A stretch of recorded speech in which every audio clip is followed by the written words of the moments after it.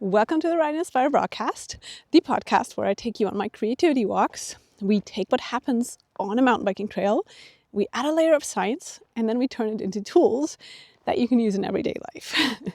So while this episode today is about menopause, it's not just for women, because I can promise you it will immensely help your relationship and of course also friendships when you understand this period in women's lives. It's still a taboo, but I know it needs to be talked about. So today we're talking about something a lot of women feel on the bike, but rarely connect to what's actually happening inside their body. So we talk about how menopause and perimenopause affect your mountain biking and what you can actually do about it. So if you're noticing, or if you have noticed that riding suddenly feels scarier, for example, or that your recovery is slower, or that you feel hungry earlier, that you're having mood swings, that you're having trouble concentrating, or you feel more exhausted after rides that used to be easy, well then this episode today is for you. Because today I'm going to cover what's happening hormonally in peri and postmenopause, how that really shows up on your bike, for example, when you're climbing or also on the downhills. And I'm going to give you practical tools around training, around recovery, and also, of course, about mindset. Because my goal is to give you the tools so that you can work with your transforming body, not against it. And often I have the feeling that if we don't talk about these things, that sometimes we judge ourselves and then we can't work with our body because we dive into a negative mindset.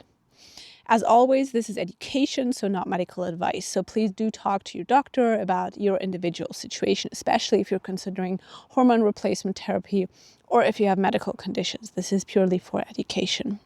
And also, if you like this topic, I'll be linking my new Instagram channel below. It's called MTB Menopause, where I share bite-sized tips about how mountain biking can help us through menopause based on science, and of course also based on my expertise as a skills coach, as a mental trainer, and as a psychological counselor. All right, so let's start with a quick hormone 101. Menopause, perimenopause, and postmenopause. What's actually what? So this may blow your mind. It certainly blew mine. Menopause itself is a single day. Yep, one day. By medical definition, actually, you've reached menopause when you've had 12 consecutive months without a period and there's no other obvious reason, like, for example, pregnancy or medications or surgery. Everything before that day, so the whole transition with the cycle chaos and symptoms, is called perimenopause or the menopausal transition. And everything after that day, that one day that is defined as menopause, is postmenopause. So researchers use something called the straw plus 10 staging system, which is basically a map of reproductive aging. Straw plus 10 is an updated version from 2011, is classification system, and it's developed by a big international group of scientists and clinicians. And it has one purpose, that is to provide a standardized science-based framework to avoid us being judged or saying, yeah, whatever, you're imagining it. So this is a science-based framework that I'm going to be using today for describing the stages a woman's body goes through from the fertile years through the menopausal transition and into postmenopause. So in other words, that straw plus 10 is the reference map both researchers and doctors use when talking about menopause. Like puberty has something called the Tanner stages, and that's what we use for menopause. So in this system, early perimenopause will show itself that your cycles are still coming, but the length varies by 7 or more days compared to your old normal. And late perimenopause means that you can have 60 or more days without a period, and then, for example, one shows up again. So for most women, perimenopause starts in the 40s, but it can also begin in the late 30s or as late as the early 50s. So it is a big window where this can show up. The transition typically lasts around 4 to 8 years, which is quite a long time. There are also longer periods, so some people experience this shorter or longer, but typically it's around 4 to 8 years. So if you feel like you've been in this phase like forever, unfortunately, that's biologically very plausible. So what's actually happening hormonally? Before your perimenopause years, your hormones follow a fairly predictable profile each month. And then in perimenopause, that profile turns into something really wild. So your estrogen, actually estradiol, can spike very high one cycle and then drop low the next, or actually just one day it's high, one day it's low. And progesterone gradually declines because you ovulate less often. So you get fewer solid progesterone peaks. And this fluctuating pattern, especially in combination of high highs and low lows that you've never had before in your life, is one reason symptoms can feel so incredibly unpredictable. And then on that menopause day, as I said, 12 months after your final period, after that, that's when postmenopause starts. Your ovaries make very little estradiol or estrogen. Levels are low, but they are much more stable. So that weaker estrogen, called estrone, becomes more dominant, and it's mainly produced in body fat and other tissues. And that stability can feel much calmer. You have much fewer crazy swings, but you do also lose some of estrogen's protective effects on, for example, muscle and strength, on bone density, on your cardiovascular system, on your brain, on your mood, on your cognitive function, and also on your sleep and thermoregulation. And all of these are super, super relevant for riding, and that's why I wanted to talk about this today. So how can you notice that you're in perimenopause? Let's talk about the off-bike signs first, and I'm going to jump into some on-bike signs as well. Because this is the part many women are missing. We feel off for years, but we don't really connect it to the transition. And I literally, when I had my first symptoms, I literally thought I was going crazy. And that's why I want to talk about this, because we're not going crazy. So officially, diagnosis is based mainly on age, on your menstrual history, and on symptoms, because there's not a single magic blood test. Because hormone levels, they fluctuate so much that just one snapshot, it really doesn't tell the full story. And that's why here are some common patterns. Not everyone will have all of them, and intensity will vary, but these can really show that you seem to be in perimenopause. Number one is changes in your cycle, so in your menstrual cycle. So often it's actually the first sign that periods may come closer together or further apart. With me, it started with incredibly strong period symptoms like I've never had in my life. I seriously went to the doctor, and usually I never go to the doctor because of pain, because I was in so much pain that I really thought that something was massively wrong. Then the flow could be heavier or lighter than your old normal. You may skip cycles completely and then they return. And spotting that weird or some mid-cycle bleeding, those could be the first signs for perimenopause. This is what, I said about the straw 10. They use actually this cycle-based, let's say, symptoms is what they use as the main marker for early and late perimenopause. Then secondly are so-called vasomotor symptoms. That's hot flashes and night sweats. So around 60 to 80% of women experience hot flashes and night sweats, let's say, it doesn't have to be both, during this transition. They can come during the day or the night. They are often waves of heat or flushing or sweating, and sometimes with palpitations. And these symptoms are linked to, for example, changes in the hypothalamus, which is our brain's thermostat, and narrower thermal comfort zones when estrogen fluctuates. So it's connected to the estrogen fluctuations, which then sends that signal to our brain, and then we get these hot flashes. The third symptom is sleep changes. And that's very, very common, and it's not just in your head. And it's not just that you're stressed. Yes, it's probably linked to menopause. These could be problems falling asleep. It could be waking up multiple times per night. It could be early morning waking. It could be sleep feeling less restorative, for example, even if the hours are exactly the same as you always sleep. So, for example, hot flashes as you wake up.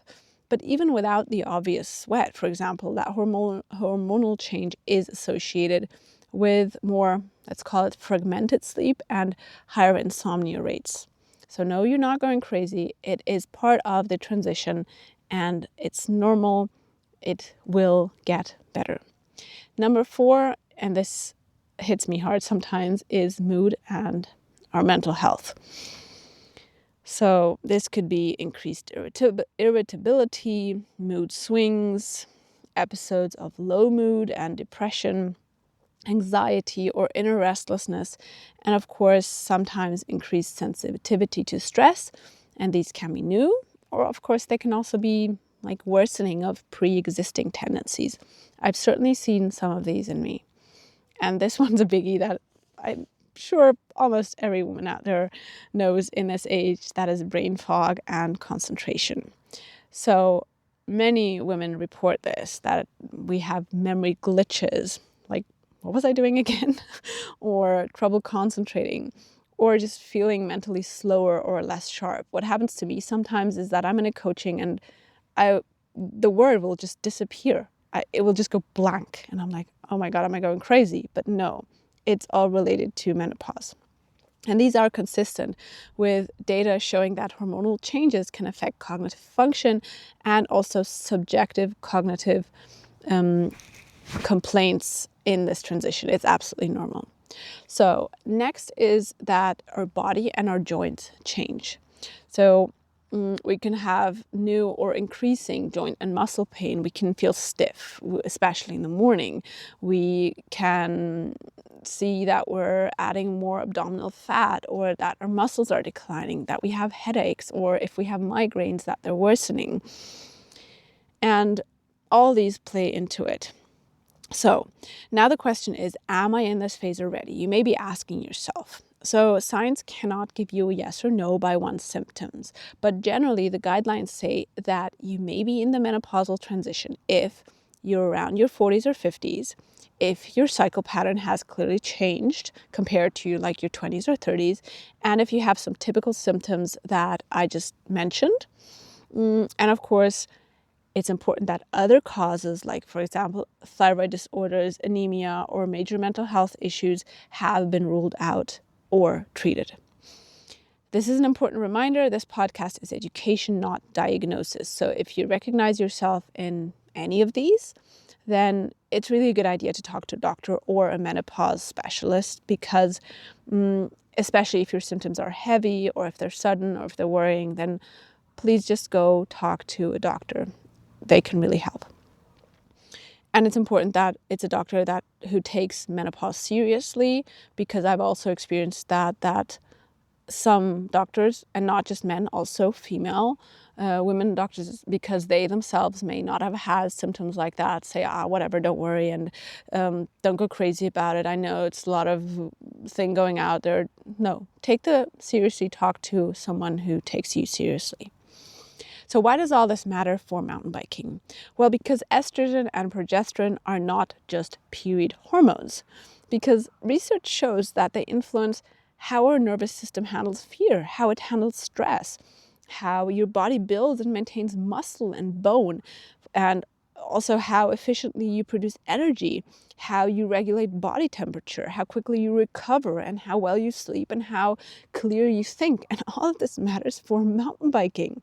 So if you feel like a different rider than you did a few years ago, well, then you're not imagining it.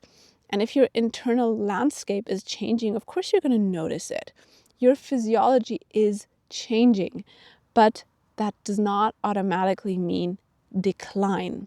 It means that your body is in a new phase and needs a new strategy, which is exactly why I want to talk about it in this and what I'm going to talk about next, because I want to give you hands-on tools.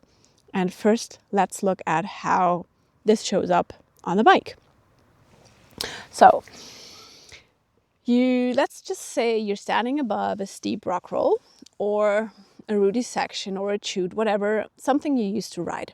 And now suddenly your brain is like, nope.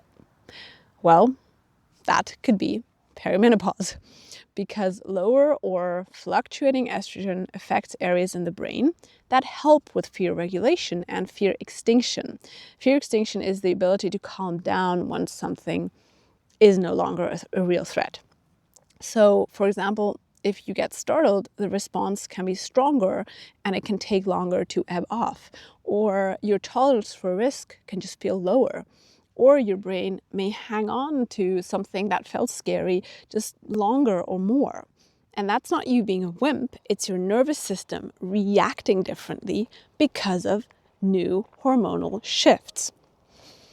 So another point, or how it may show up when you're riding a bike, is that climbs and intervals may feel harder than they, let's say, quote unquote, should, so than you're used to.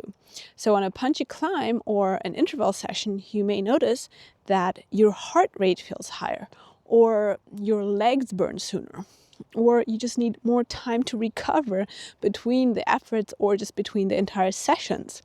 Part of this is the natural aging process, yes, but part of it is less estrogen. And estrogen supports your mitochondria. Those are your little energy factories, your vascular function, and also your muscle repair. So the good news here is that studies in peri and postmenopausal women, yes, there are actually studies nowadays for women, they show that exercise, especially aerobic work and structured intervals, they improve cardiovascular fitness, they improve your sleep, and they improve your psychological well-being. So no, you are not past the point of adaptation. You just have to be more intentional. And that is my goal with this podcast, but also with my Mountain Bike Menopause channel on Instagram, to give you the knowledge, because knowledge is power and movement is medicine if we know how to use it. Another point you may feel on the bike is just slower recovery and soreness. So after a big ride or a strength training session, which I really advise you to do because muscle is medicine also. So after a strength training session, you might feel more soreness, more fatigue, or that like hit by a truck sensation when sleep was bad. Because lower estrogen and progesterone also mean that you have less anti-inflammatory support, you have slower collagen turnover, like tendons and ligaments take longer to repair, and of course you have a different sleep architecture. So recovery is less efficient. And systematic reviews show that exercise and behavioral strategies can significantly improve sleep quality in menopausal women, especially aerobic exercise and mind-body approaches like yoga and relaxation, but of course also mindful, relaxing rides. And that's why, yes, we do have less estrogen and progesterone, but that's like even the biggest reason why we actually have to do this, because it helps us and it protects us. The next typical, let's say, menopause symptom is that you have less balance, your coordination changes, and you have that quote unquote menopause brain. You might notice that you're feeling a little bit more wobbly in slow tech, or you have maybe more brain fog, or you're just losing your focus more easily on long descents. And again, this is not you losing it, because estrogen modulates so many neurotransmitters and brain structures involved in attention, in working memory, and of course also motor control. But here's the cool part. Resistance training and power-based strength work in older women have been shown to improve cognitive function and even slow brain structural decline in several randomized trials. So your strength training and your skill drills are literally brain training and let's call it menopause symptom management, which is why I founded that MTB Menopause channel, because I want to bring this out there that no, it's not decline. We just need a new strategy. And mountain biking is such a super powerful tool to help with this. And that's what I want to work on, or that's what I want to dive in next with you. Why mountain biking can help menopause symptoms. Because this is really the encouraging part. There's so much evidence out there that exercise improves sleep, it improves mood, it improves the quality of life, especially in peri and postmenopausal women across many modalities. So if it's aerobic training or resistance work, yoga, stretching, like anything, just go out and move. It really, really helps. And mountain biking combines several of that in one package because you have that aerobics and the interval aspect. Like climbing and varied terrain give you that low to moderate intensity with bursts of higher intensity. And that really, in so many reviews, they show that it's particularly effective for improving sleep and reducing depressive and anxiety symptoms, especially in menopausal women. Then what we have in mountain biking is we have that mechanical loading for bones and muscles. So braking hard or pumping or hopping, front wheel lifts, all that really loads your bones and muscles. Which is why I've just released my new bunny hop course with lessons specifically designed for women and adapted for women and e-bikes to make these moves more achievable, because bunny hopping is the ideal strength training and power training to load bones and muscles.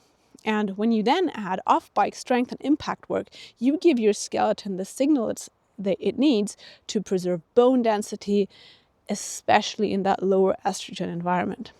The next super benefit of mountain biking is brain and mood. I mean, think about it. Riding outdoors, it's not just a feeling. It really is proven to increase dopamine and serotonin. It reduces cortisol. It improves sleep quality. It just improves psychological well-being on so many levels. And combine that with like the cognitive challenge of deliberate skills work and on the trail practice with line choice training, balance training, timing, and you get a pretty powerful anti-brain fog cocktail. And the next one, this is also a biggie, is community and identity. You know, riding with others reduces perceived effort, and it really supports that, like, why do I do this? Do I want to do this? When I'm riding alone, sometimes I'm like, whatever. But when I'm meeting with people, then I'm going to go. I'm not going to miss out the training, and I'm going to have a good time. So find a good crowd to ride with, because feeling part of a community can really buffer some of those downs we have sometimes during perimenopause, and it can really help support you in this and through this hormonal change. So mountain biking isn't just a hobby or a sport. It can be one of your most effective tools to ease symptoms and, of course, to reduce long-term degeneration if you adapt how you train and fuel.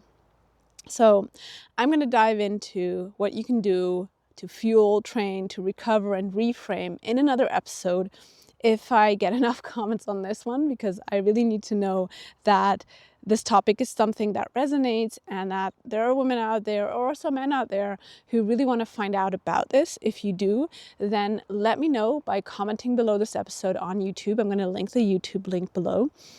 And do rate this podcast if you find it helpful. And then I can make another episode about how to fuel, how to train, how to recover, and how to reframe menopause to ride through this transition empowered. What I want to give you as tools today to make this as actionable as possible is 1, menopause changes your hormones, which changes how fear, energy, recovery, and performance feel on the bike. Give yourself empathy. If it's too hard on you, then see an expert, because maybe hormone replacement therapy or something else may be your choice. Again, this is not medical advice, but do talk to a professional about this. Yes, you may notice on steeps during intervals, or that your sleep is different and after ride fatigue. This is normal. Be kind to yourself. Take more rest and sleep as much as possible. It's really important. Sleep is part and rest is part of your training plan. but go out there and ride, because mountain biking and smart strength and interval training are super powerful tools to reduce symptoms, to protect bone and brain, and to keep you riding strong. One more thing I really want to share before I end this episode with a small recap is a mindset part, because no, you're not broken, you're adapting. So I really want to end that you're failing or, let's say, withering story very clearly, because we in peri and postmenopause, yes, we are changing, but we're not weak, we're not lazy, we're not too old for this. It just means that our internal environment is transforming. Just like puberty is not the end of anything, but the start of something beautiful, so is menopause. So our job is not to pretend like we're still 25. Our job is to upgrade our strategy. So just like you wouldn't send a new rider straight down a double black trail without practicing skills, you also don't need to, quote unquote, send it through menopause. You can learn the skills. You're not broken, you're in a different biological state, and your body is still highly adaptable. So see all these little aspects that can improve your life through menopause as skills, like fueling, smarter training, more compassionate recovery, a different internal narrative, more sleep. See all of them as skills and practice them. So to recap very, very briefly, menopause changes your hormones. This changes fear, it changes energy, it changes recovery, and yes, it changes performance and your feeling. You may notice this on steep climbs, during intervals, in technical descents, or for example, through the fatigue you have the day after. But mountain biking and smart strength and interval training are super powerful tools to reduce symptoms, to protect bone and brain, and to keep you riding strong until you turn very, very old. If you do it responsibly and if you really work in harmony with your body, not against it. So the big levers are strength work, intervals, recovery, mindset, and fueling. As I said, I can dive into that in another episode. So if you'd like deeper episodes, then let me know. And I'm happy to break each of these down step by step. I just want to see how this resonates and if there's a market for this or not. Let me know below. And if you want ongoing structured support plus science-based tips into your inbox, you can sign up for my free newsletter. The link is right below. Thank you so much for listening. And remember, knowledge is power and movement is medicine if done right. Hope to see you again in the next episode. Goodbye.